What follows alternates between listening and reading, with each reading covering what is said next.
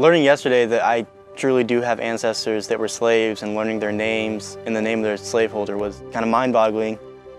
My ancestors were forced to march here and forced to leave a home and go to one that they've never known. This is the slave schedules for Sol Newsome.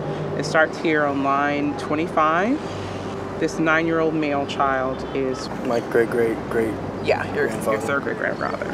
What does it feel like having a tangibleness, right? Because this information, you have literally a direct connection back to Africa. You've got a cousin, right? You've got another name.